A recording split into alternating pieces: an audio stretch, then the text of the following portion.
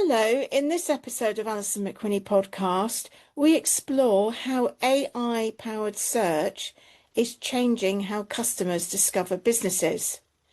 Search engines are being replaced by AI answer engines that curate a small number of recommendations.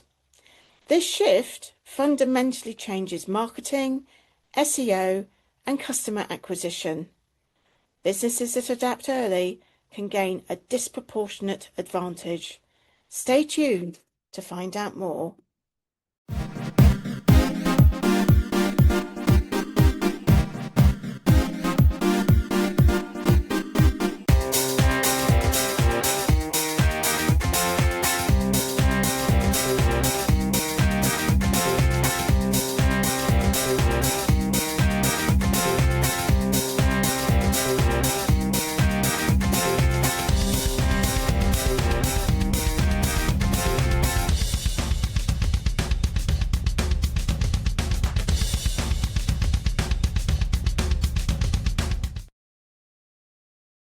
Hello and welcome back to Alison McQuinney podcast, where we have conversations about business and wellbeing success. And today I'm delighted to be joined by Amira Yeha. Amira has spent 20 plus years driving growth for global brands, UK government campaigns, and high growth B2B businesses. She founded Omni to bring that level of rigor to ambitious companies. Omni helps ambitious SMEs simplify marketing, integrate AI intelligently, and unlock data-driven growth without extra headcount or complexity.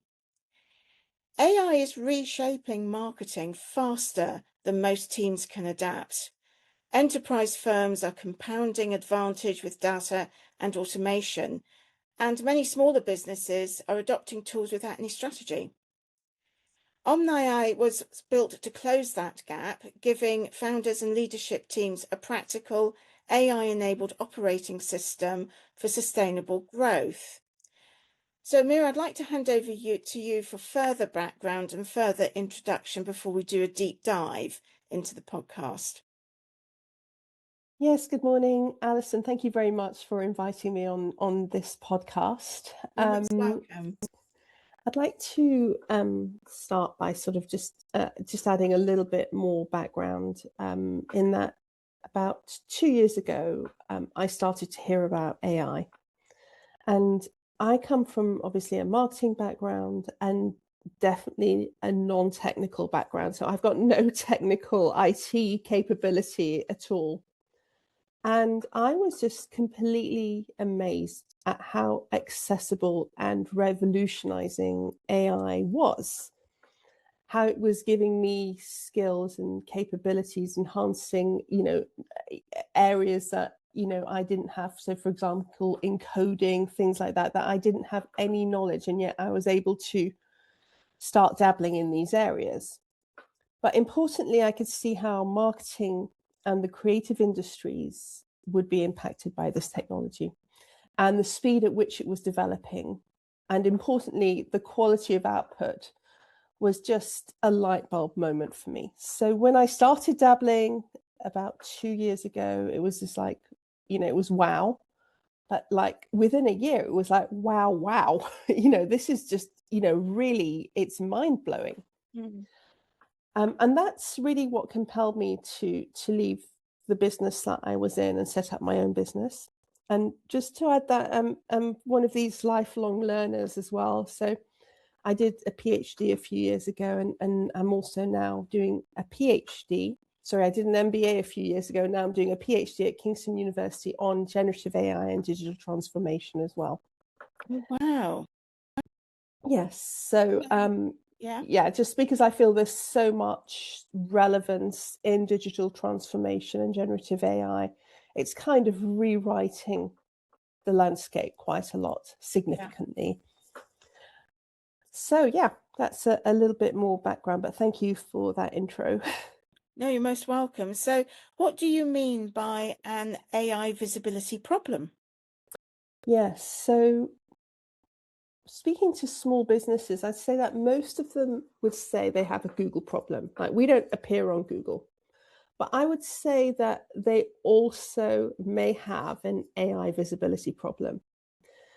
Within the next year, and this is already happening in the US, there'll be more and more customers. It's already happening in the UK as well, that more and more customers will go onto platforms such as ChatGPT, Perplexity, Claude, whatever the platform that they are signed up to now, even subscribe to, because a lot of people subscribe, and start asking questions about your business, the business that they're interested in.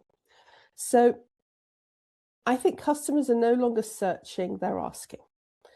And AI is deciding who gets seen. And this is now a very real channel for customers. So, I myself, I go onto ChatGPT more than I do on Google. And maybe but I do know a lot of people who do that. So this is now a real channel for me in my exploratory stage.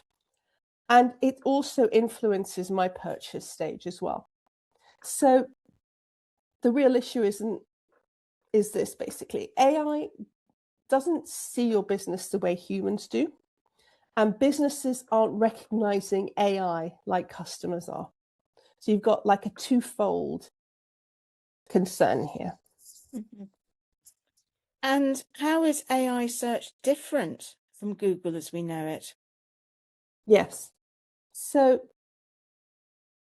this new shift, or this new channel, I mean, it's called a shift, but I do think that there will be, your customer base there will still be people that are using Google. So I don't want to ever exclude that, because that's still an embedded channel.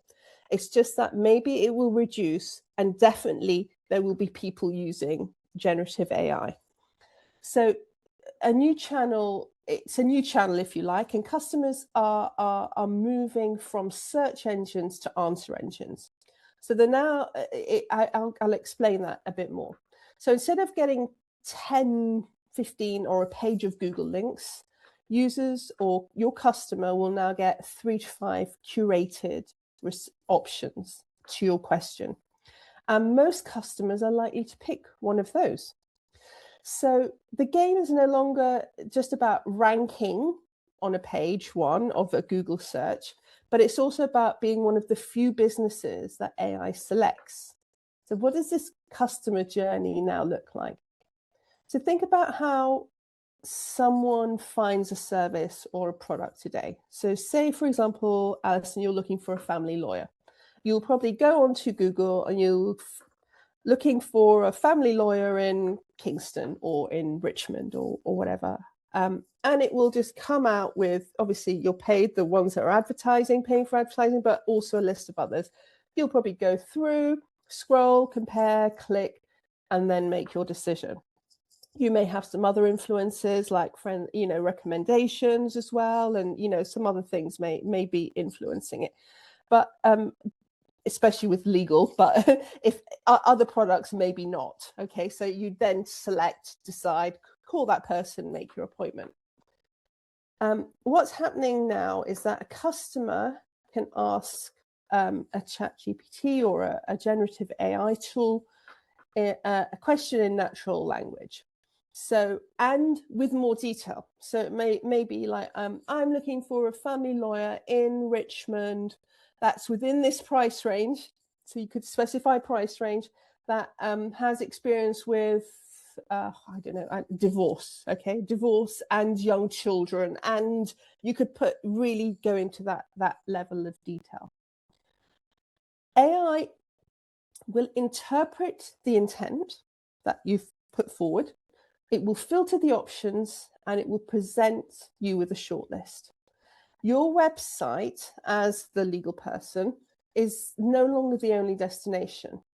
In fact, a customer may not even hit your website, because potentially they'll get all the information they need from the AI that's come through. So if you've appeared, if you haven't appeared, they're not going to hit your website anyway, unless they've done a separate Google search or they know you from somewhere else. So your website now serves as a data source for AI to choose or to ignore, as well as for people who are doing your traditional Google searches. And in the near future, there'll be even more functionality available through this generative AI, which is completing actions. So, for example, I'm looking for a plumber in Kingston. The AI will not just find me, like, recommend 5 plumbers that have surfaced in that search. It won't send me to their websites. Instead, it will be able to compare the providers, check availability, make the booking for me, and potentially complete the purchase. You know, sometimes you have to pay an amount up front. All that will be done. And I say will is because there's still, like, it. I've heard different reports. So I know they're trialing this in the US quite heavily, but I've heard differing reports that this could happen within the next 6 months. It could happen within the next year. So and it may depend on products, services, et cetera, how it's rolled out. But this changes the role of your business online. You're no longer competing for clicks. You're also competing to be selected by AI, essentially. So I just want to do a deeper dive in understanding this shift. What actually happens when someone searches using AI? Well, let me tell you what needs to come out of your website, because AI is looking just for certain things. So AI is looking for pricing clarity, timeframes, suitability, process explanation. Okay, so if your website doesn't answer these sort of simple questions up front, right at the beginning, you're not going to surface, because AI is literally looking for proof that you're a viable product, that you're a viable service. And I just want to explain that a little bit more. So with GEO, generative engine optimization, it's also called AI. It's called several things, although they're different, but I think they're just trying to work out what it's going to be called. I mean, so some industry have called it certain things, but I've heard it called GEO, AEO, and now they're trying to really define that separately. So traditional SEO was about rankings on pages. This is about being understood and cited by AI systems. So a simple model for a business would be to have your customer answer first. So put direct answers at the top of your content. So you as a business will know what customers always ask first. How do you integrate that into your content at the top of the page, or in a really clear place in the page? It might not necessarily be in the top if your question is, like, I don't know, about opening hours or something, but it needs to surface really easily, as do other key questions. So you as a business need to start to understand what are the key things that customers are asking about us, and you should know that because you're being asked that, right, either through email or through, you know, your chat bots or whatever, phone. Then you need to show proof. So AI is looking for proof. So use data, examples, and real world results. And then it needs to see validation. So ensure your business exists beyond your website. I mean, you're a perfect example of this. So you have your business, and then you have your podcast, which sits on other websites. I mean, that's exactly what AI is looking for. And then with Google searches, with SEO, you can, like, work algorithms. With AI, you can't. This is the difference. It's about making your business machine readable and trustworthy. So it doesn't prioritize the brand size or how much you spend on Google Ads. It prioritizes clarity and credibility. And a small business with clear answers, so clear answers that customers are looking for solutions for, and strong proof, so I don't know, your reviews, where people have gone online and recommended you, where you've got case studies, can potentially outperform a large brand. It's scary that it's happening, but it's also a real leveling of the playing field, which is, an exciting opportunity for smaller businesses. I feel so many businesses are invisible right now because they're not following these lines. Yes, Yeah. exactly. I think that they're not answering the real questions. So most websites describe services, but they don't answer the customer questions. So it says, we do this, but they're not answering the questions. And that is just, you can tell they're not answering questions because you're getting asked the questions. So it's just shifting that narrative on your website. So I mentioned pricing clarity, time frame, suitability, process explanation. If you're a consultancy, that sort of thing. And AI also, for a small business, if you haven't got verifiable expertise, so you haven't got any case studies, you haven't got results with numbers, examples, reviews, published insight, it won't assume it. AI doesn't assume things. It just uses the facts. And then obviously that external validation is key, which is what we've just discussed. So if your business only exists on your website, it looks weak. If it's existing or referenced elsewhere, then it starts to build up that validation in AI's world. Would that include social media channels like, for example, LinkedIn? So at the moment, and this is evolving all the time, so at the moment, paid social doesn't directly impact AI rankings.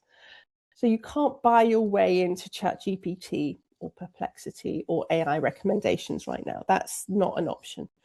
What AI is doing, it's selecting a small number of businesses based on trust, clarity, proof, not ad spend. Where paid social does help, so this isn't like ditch your paid social, don't do that, okay? Don't ditch paid, don't ditch your SEO, start thinking of how you can integrate this new channel. So where paid does help is indirectly, because it can drive awareness, reviews, and content. So, and that's something that you can do with your paid social. It can, when I say content, I mean content distribution, which are the signals that AI actually uses to decide who to recommend. So you can use it indirectly. The shift is looking like this. So ads don't buy visibility anymore. They amplify the signals that earn it. Now, I say this with the caveat that obviously this is for AI, right? You still have your Google channel. So it's really important that when you're listening to this podcast, you don't think, right, scrap the budget on marketing, we're going to spend it. It's not that at all. This is why I like to think of it, and like my customers think of it as another channel. This is another channel. And yes, it will build. And probably in the next years, we'll see this shift from people just looking, maybe Google will reduce hugely. Maybe it won't. Maybe it will be dependent on whether you're a service or a product, or, maybe that will be a key factor in how people use, ChatGPT and other generative AI products. So what's the first thing a business should do after listening to this? Yeah, a good question. I would say that the first thing they should do is search for your product service on any of the generative AI channels. And at a free level, you can do that. So, it doesn't matter if you're paid or not paid. And I would select a few. So I would maybe do 3. So I don't know, ChatGPT, Perplexity, and Claude. I'm hearing a lot out, or Gemini. A lot of people are talking about. So select the 3 that and see whether you surface, see whether you appear. if you don't appear, who does? Who's appearing? You know, you've asked a very clear question. Actually, maybe one step beforehand is just think of the questions that your customers might be asking to find you, for example, Alison. So, you know, what might they ask Chat GPT or someone to find your services?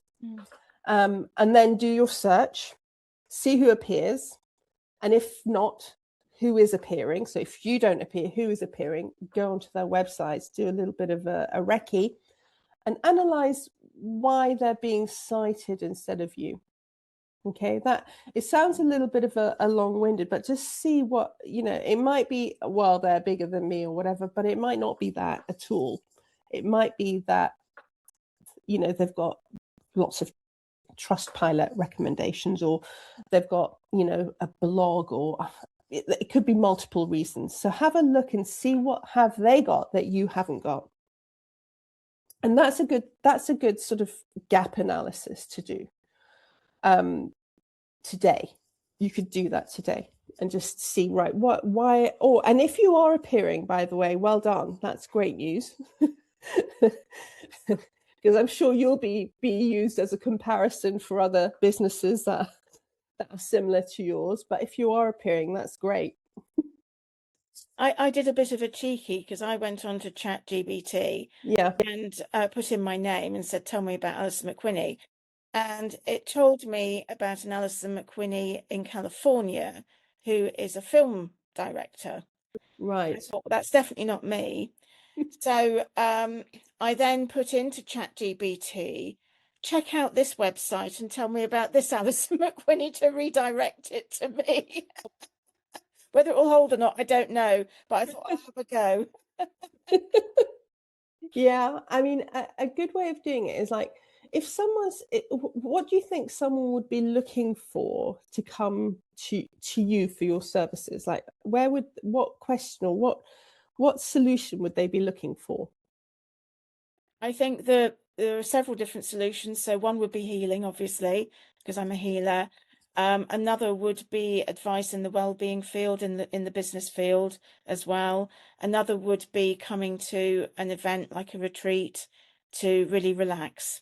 Okay, so a question could be like, I'm looking for a retreat in, I mean, in the UK? Yeah, that Surrey, more Surrey based. in Surrey. Okay, I'm looking for a retreat in Surrey, let's say for a week. Do you do male, female? Is it for everyone? For everyone. Yeah. Okay, so any age group or anything like that? No. Okay, that's really highly reviewed, or, you know, that has really good reviews. And see if you surface that way. Yeah. There, thank you. And the other one could be, I'm looking for a healer in the Surrey region or Southern England. I'm struggling with anxiety or something like that, or I've just had a trauma, or just think of those scenarios where customers have come to you, and think of what they would have asked to get to you, what their questions would have been, in a chatty way, because that's the difference between ChatGPT. It's not a search online, which is healers in Surrey. It's like, I'm looking for someone to deal with a specific issue that I have, so anxiety, whatever it is, to help me through this, or whatever. I mean, yeah, whatever's relevant. Really good new business practice to start, isn't it? When your customers ask you something, think, actually, I'm going to run this through AI to see what it comes up with. Yes, note it down. Absolutely, note it down, and maybe also see on your website, does it come up there? Yeah. And if it doesn't, consider having something like an FAQ on the front page. Yeah. Okay. You know, that an FAQ now are becoming more to more. I know they're kind of seen as like a B2B thing, but actually, you know, if those questions are there, it's if one person's asked it, it's likely that other people have thought it, right? so put it up there. You know, is it clear who my audience is, who my customers are, what my services are per customer, because you may have multiple customers that you, or which you do clearly, so is it clear if I'm a corporate and I come onto my website, is it clear where I go here? Do I need to do a bit more redefining? Do I need to make it clearer? If you're a corporate, you need to start thinking of those sort of questions. Yeah. Do you feel that small businesses can compete with bigger brands in this space? And if so, how can they, in addition to what we've already covered? Yes, I do. I think that actually it really does level the playing ground for smaller businesses. And I think that it's going to need a little bit of planning, but it doesn't have to happen overnight. You can do bit by bit by bit. So if you imagine the scenario where, if you're a service, for example, a restaurant or a restaurant owner or something like that, making sure that your menu's online, that your booking system is accessible, to GPTs and, to generative AI, things like that, that it's a technical thing, but it's doable. Then what you're doing is you're making it easier for someone to go on and book. Literally go on, say, right, I'm looking for a restaurant in Richmond with availability between 5 and 7 p.m.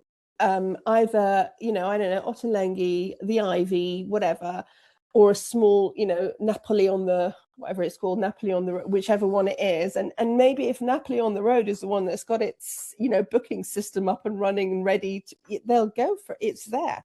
Mm. I think it definitely levels the playing field. But I also want to stress that we're not talking about it being the only channel. It is definitely a channel. It's definitely up and coming. And I think it will be big. It will be important, especially amongst certain demographics. So, for example, I would say that the 20 to 40-year-olds will definitely probably be using it a lot more than maybe the 60 plus. So if your audience is 60 plus, they may be using it less. Whereas if you are the 20 to 40, you'll probably see them using it more and increasingly more. And therefore, it's about making sure, as with any channel, that you're catering to it accordingly so you don't miss out. It's like when Deliveroo came out for restaurants. Some restaurants decided not to have it. Some were like, we'll have it, but it's a lot of hassle. And in the end, a lot of them just took it on because it just meant more business, because that's a behavior change, right? The customer's changing their behavior. Doesn't mean they don't come in and have a meal every now and again or anything else, but it's a behavior change. Mm. So this is very much an opportunity for small businesses rather than a threat, isn't it? Absolutely. Yeah. Absolutely. It's definitely an opportunity. And again, I do want to stress, like, I don't want people to, hear this podcast, put the headset down and think, oh my God, it's not, you can do this step by step. You have time. You have time to imagine your website now serves two purposes. It serves your direct customers that are coming through your Google, but it also does a nice chunk of work for the people using something like, generative AI to search for products as well and services. Is there anything else that looks good in the AI first world? You've covered quite a few bases. Is there anything else? Do you know what? There probably is. I would say there's definitely an opportunity to look at content that you're doing and using that to the max. And I say that as in, repurposing it. Not just using it. Now, you do if you do a blog, for example, try and get it onto multiple channels. Try and put it on LinkedIn, on Substack, on where Reddit, wherever your audience is. Try and use multiple channels. Repurpose that. You don't have to do it word for word. And again, AI is really great for things like that. So if you've written the blog and you want a shorter version or a longer version, that repurposing piece, that AI is like, a dab hander at that now. It's really good at that. I'm not saying that it do the writing for you, but to do the repurposing, it can. Always cross-check it, always be that human in the loop. So I would say there's some like doing more with what you've got, definitely. Again, I think you're a great example with your podcast and you do a blog as well, don't you? So you do. Not yet, actually. Not yet. It's on my list to do. Okay. It's just the podcast at the moment. Yeah. Yeah. I mean, one thing you could do with the podcast, and you probably do, is, put it into written format and use that as a written version on your website as well. So it's written content. That sort of thing. That's all about repurposing. I think there's definitely a lot of that could be done. And I'm not talking about AI slop. I'm talking about, the stuff that everyone has that they produce, for their own business. I think as AI search sort of becomes embedded, because obviously there's some tools around payment and things like that need to be implemented in the UK and things. But as it becomes embedded, there'll be more and more information about how to optimize this. But there's definitely a lot that can be done now that won't harm your current website or your current channel as it stands. And I think that's really important, just to think about that and work with whoever you worked with to develop your website, to just start really addressing those customers. So essentially it's what marketers do best, which is put the customer first. And that's what, if there's one thing that I would say to everyone to do today, is just that put your head in the head of your customer, of your client, and see what they're asking, what their issues are. If maybe have a bit of a brainstorm with your team about it, what's being surfaced with customers the most. Does this come out? Why are they asking these questions? Is it not on our website? Is it not in our FAQs? Okay, fine, let's put it in there. Have these discussions now and bring these, just do these simple switches ASAP, really. Yeah. If a business does nothing, what happens over the next 12 to 24 months? But it will obviously depend on the business, because already maybe your business appears on, maybe it's unique or whatever, and it appears in the search. If it doesn't appear in the search and your audience is using that as a channel, then as with anything, it will probably impact you and impact your sales, I would say. So think about who your audience is. I've sort of given you the demographic that's likely to use this more and more. Yeah, think of that Deliveroo example. There's very few restaurants now that don't have a delivery system if they're not using Uber Eats or Deliveroo or something. It's just the way it is, right? It's another channel. It's better to be, I think, it's better to be sooner than later with this technology. It's better to be an early adopter rather than, look back and go, oh, what do we do? There's simple things that you can do now, and I really recommend every business should do it. However, if you are appearing on AI searches already, that's great. And just keep an eye on it and make sure you're there, because you're doing the right things. Yeah. So just make sure you stay there, because obviously, as with anything, you could move, but if you are, then great. And just keep reviewing it periodically. Yes, absolutely. It's saying about you. Yeah, exactly. Wonderful. This has been such an insightful podcast talk. Thank you so much. Thank you. How can people get in touch with you if they want you to do business for them and help them with all this? Yes, absolutely. Either on email or LinkedIn.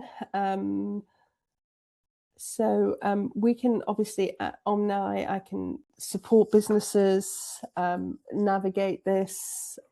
It's not a big we make sure you're not invisible, essentially.